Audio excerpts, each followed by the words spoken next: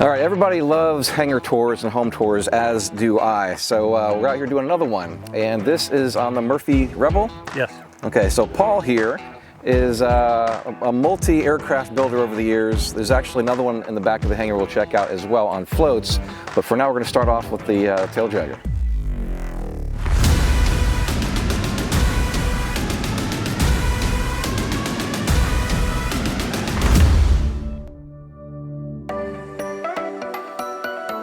Out here living the dream, Paul is, with his own 50 by 50 hangar, located midfield on a nice grassy runway in the country. And guess what? He has a passion for building airplanes just like you and I.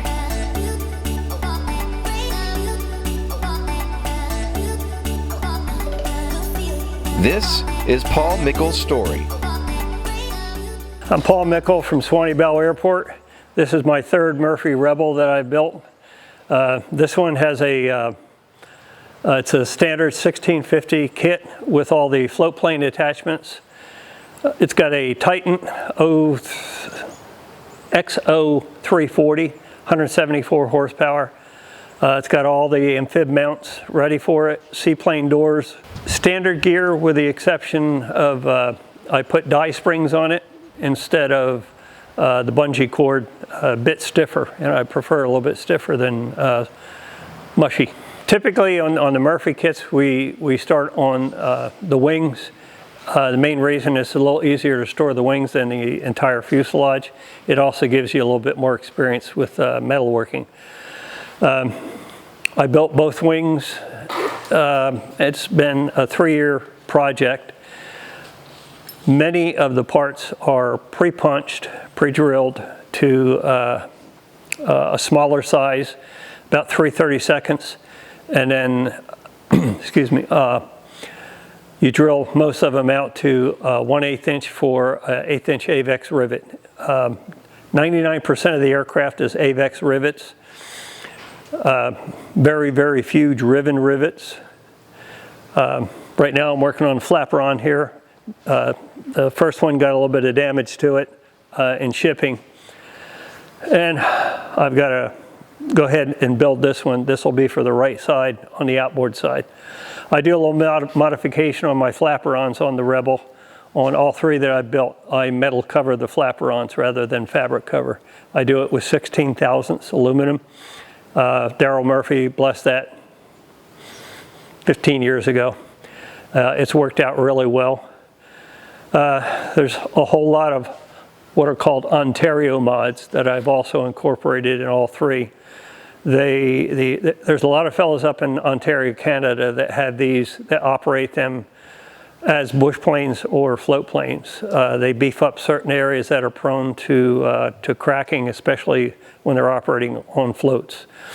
There's no suspension in a float, so when you impact the water, it's like landing on concrete. Back to the building side of things, being this is not match hold technology, it's pre-drilled, is there any jigging involved? No jigging, very, very little. This is the only jig you need. You need a 16-foot, 4-foot by 4-foot by 16-foot table. As long as that is plumb level and true, you're good to go. You build the wings on the table, perfectly flat. There's no indexing on the wings at all. So you build, what I usually do is I have another table back here. I build to a certain point, move that wing over to the other table. That way I'm building both wings and it's fresh in my mind what I'm doing on one, so I'm doing the same thing on the other. Literally you start making all the bulkheads. You build all the bulkheads all at one time. That's up to the tail cone here. I have found all 3 builds, what's best to do is have a really nice white table. You can use a marker, mark everything out and build directly on the table. To me, a table is sacrificial. It's a tool, it's another tool. You build the bulkheads, then you start attaching you start from the tail forward with building the bulkheads onto the side skins and the top and bottom skins. You do that up to the tail cone where it starts flaring on the corner rounds. And then you build from I forget what bulkhead that is, but that's the float attach point bulkhead right here where it's doubled on the bottom. From there to your door uprights right here are built, once again, flat on the table, but you had the tail raised so that you get that angle between the bottom skin and the tail. They give you all the dimensions. There's no jigging or anything for you to do. All your references to that table. Plumb, level, and true. Use a level an awful lot, and you use, plumb bob. Make sure everything is dead center. From here forward, you have to make a decision whether you're going to put a heavier engine. Most of the guys putting heavier engines on this, the 0320s, up to some guys have put 0360s on the Rebel, or the Elite, which is a little bit higher gross weight. If you put a heavier engine on it, they recommend that you move the firewall back 3 inches, which is a very easy thing to do. You just measure where your firewall pieces go, you measure back 3 inches, and that's where your new position for your firewall will be. And I did heavier engines. Yeah. What is this at the lower end of the scale designed around? How many horsepower and what engine? The Rebel originally was a 1450 gross airplane. Everybody wants bigger engines. Darrell kicked it up by increasing, I think, the leading edge and a couple stiffeners on the spar to 1650, which is what this one is. 1650 gross. You could go up to 150 horsepower. That said, our Murphy guru, Wayne O'Shea, up in BC, Canada, found through a lot of experience with all his building that you need reinforcements on the firewall, which I've incorporated all of them. Use the same motor mount. The problem with the heavier engines, it sits out and you have that cantilever, that moment arm in front of there, and it wants to start flexing and cracking pieces on the firewall in here. You don't want that, obviously. So what is the lightest engine, the smallest engine this is capable of? The first one it flew with was a Rotex 912, 80 horsepower. That was a 1450 gross. That was with fabric flaperons, fabric tail, rudder and elevators. When they went to 1650, the tail surfaces are metal covers. Murphy still supplies the material to fabric cover the flaperons. All right, I'm gonna pop in here real quick to talk about our sponsors. As you know, I can't do this all on my own. We got to have somebody to help fuel that truck. We try really hard to work with sponsors that provide a good service and a good quality product. So let's talk about those guys right now. Dynon Avionics at Dynon.com, the premier provider of glass panel avionics systems for experimental and light sport aircraft. Wide Open Door Company at WideOpenDoorCo.com, your premier destination for high-quality doors, including aircraft hangar doors. Warp Drive Propellers at WarpDriveInc.com, providing quality, solid carbon fiber propellers for many light sport and experimental aircraft. And visit our website at ExperimentalAircraftChannel.com for new videos and easy-to-navigate playlists and so much more. Speaking of fueling that truck, if you guys want to join us on our Patreon page, become patrons of this channel, just search on Patreon for Experimental Aircraft Channel. Sign up. There's several different levels, so check that out. All right, I'm going to jump in here real quick for a second. So, you know, oftentimes during these videos I ask builders, like, what is the most enjoyable process of building and what is the most challenging? Well, Paul just mentioned one of the most challenging things. So we're moving on from the fuselage to rigging the wings, and explain what you just explained to me as far as how you hung them from the ceiling of your hangar to get them dialed in, and what did that look like, real quick? Okay, in my defense, my brother's a sailor and loves to rig things, so we had 18 block and tackles on different points of the wings and fuselage. Had the fuselage plumb level and true, in flight attitude. Basically, you attach the front bolt, and then you run a string from the spar, outboard spar on both wings. Make sure your dihedral is at the same place. And then also you run a plumb bob from the leading edge to the floor. You make sure that is square with the fuselage, Okay. so that your wings aren't forward or aft. And then you check your angle of incidence on your wing, get that set, and then you can drill the aft bolt on the wing. So this thing was literally suspended kind of like a puppet with strings from the ceiling. Wings were, yeah. It was unnerving to come in here to look at it. But you got it done, We got it done. And it's straight now. Yep. Awesome. Anyway, I just want to share that little very challenging part of the build process of building a not match hold pre-drilled type of kit. That it's a little bit hectic getting things lined up. Yeah. All right. So one thing kind of unique to me, looking at this construction of the landing gear, it's a mix and match. Is it steel on the mains and then the drag links are aluminum, or what's the construction of this? It's kind of... It's all aluminum. Is it? It is all aluminum with the exception of the die springs. The die springs are steel. They're actually from Wag Aero. They're used on a bunch of different home builds. What you have to do is cut the steel and drill it to fit through there, obviously weld it all together.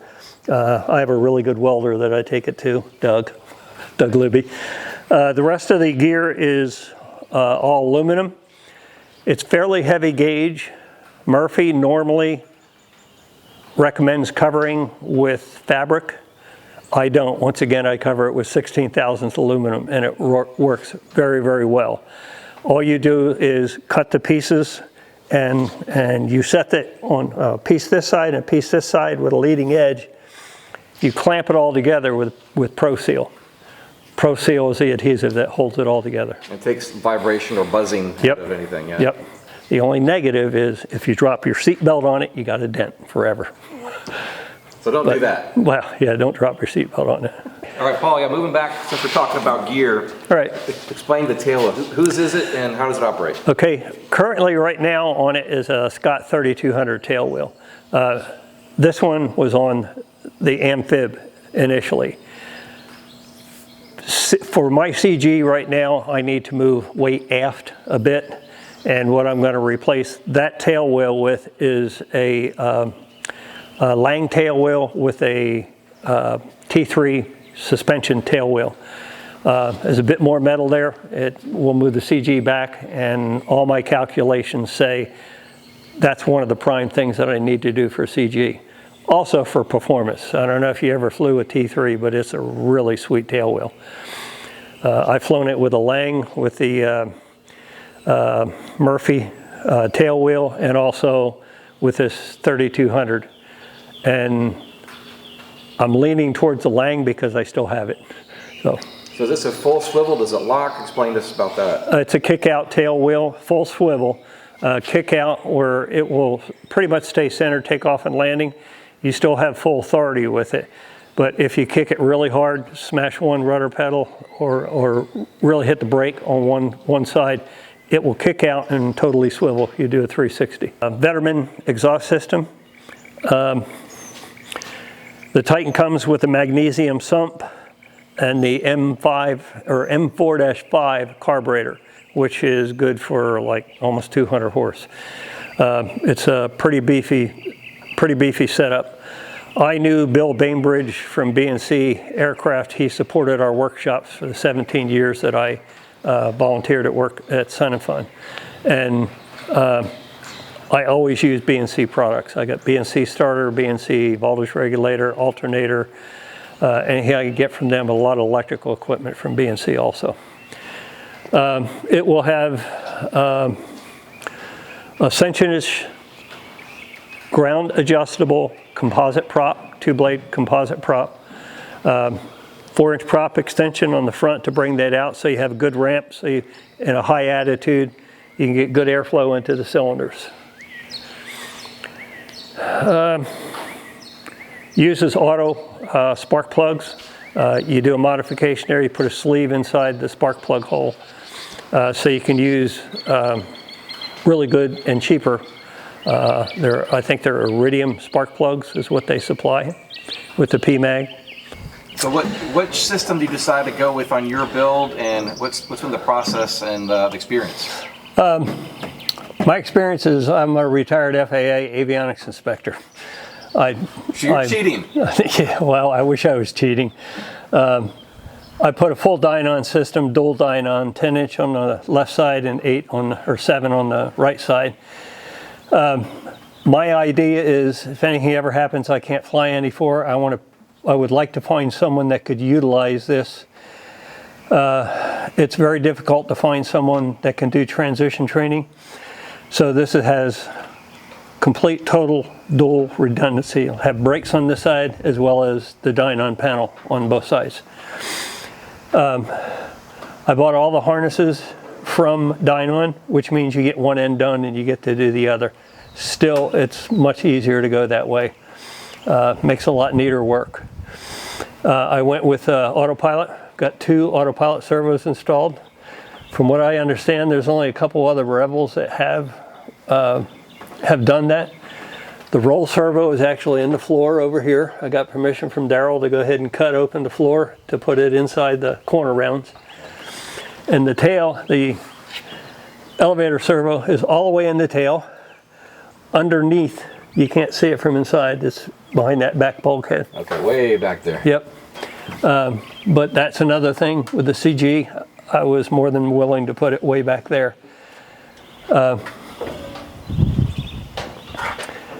Which is this a 2-screen system or which? Yes, two screen, single on each side. They're totally redundant. If you lose one, you've got an external power source for both of them individually. So if you have a problem with one or a feed with one, you can actually fly on the other. Was that a 10 and a 7? Yes, 10 and a 7-inch Dynon. Basically 3 buses.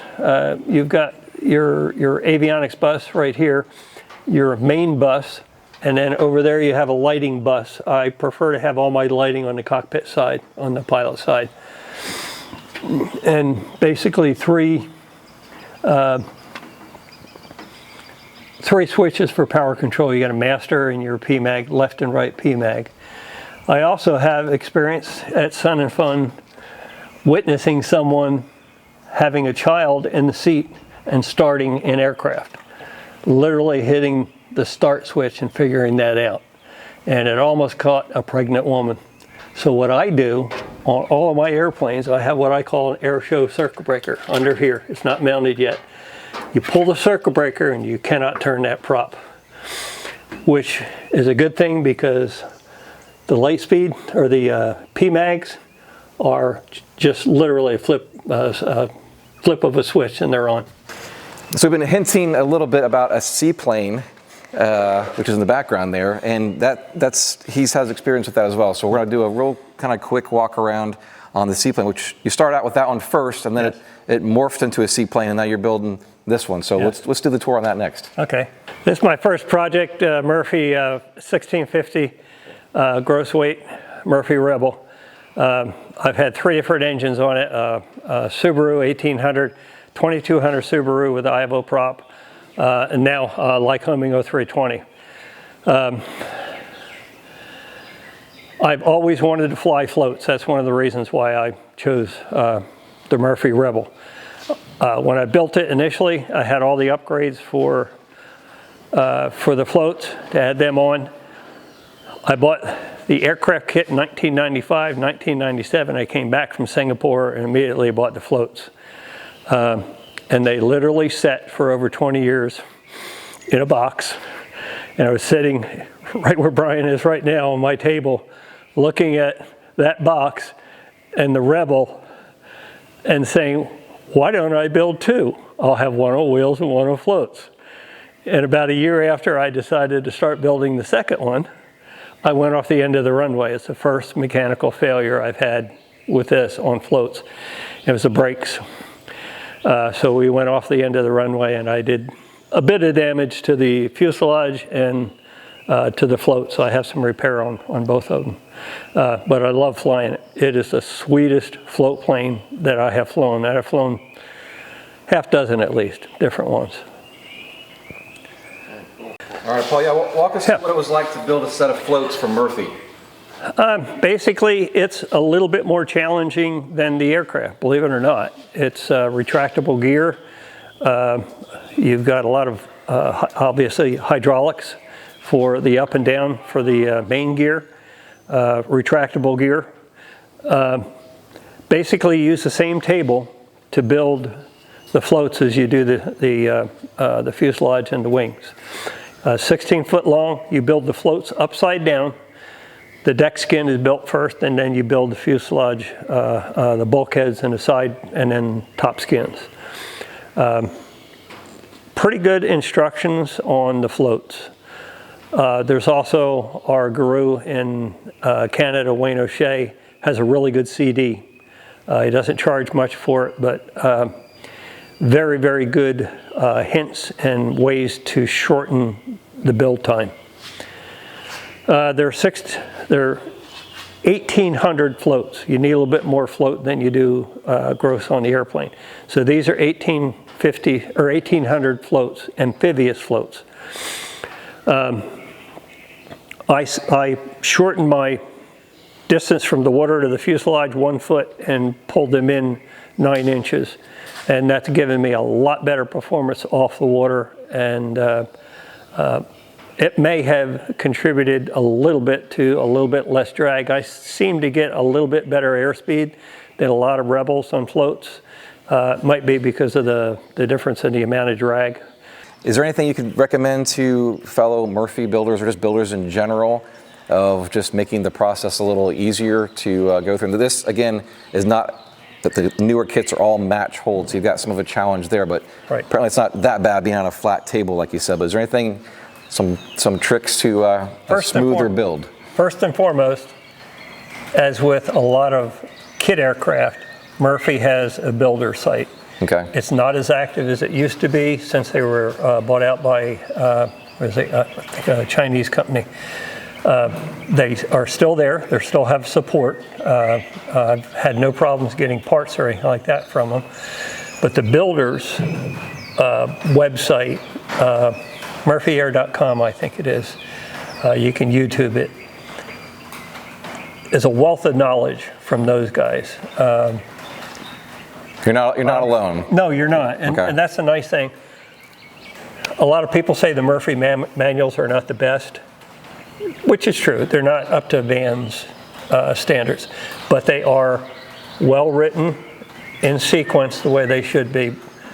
There's a lot of little tidbits of knowledge that you could use along the way. I make all kind of notes in here, and I post them on the builder site also, as well as a lot of other people. So get involved with the builders group if you can. That's a biggie. Yeah, okay, good point. Yeah, this aviation is a community, not only the flying side, but the building side. So there's a lot of questions or processes or procedures along the way that you might as well ask if somebody's gone down that path already. You know, how can I do this to make it a little bit easier? Right. I mean, there's even, if you're brand new to this channel and in the construction of aircraft, there's even plans on how to build your own table to get started. I mean, down to the very basics. So anyway, well, Paul, thanks for giving us a tour of your awesome hangar here and multiple aircraft that you get to build and fly, and look forward to doing a follow-up when this thing gets flying. Good. So what do you think? Could the Murphy Rebel aircraft kit be for you? Thank you to all that support this channel and our sponsors that make travel on location possible. If you like this video, you know what you have to do. Like, subscribe, and hit that bell so you don't miss a single episode. Until next time.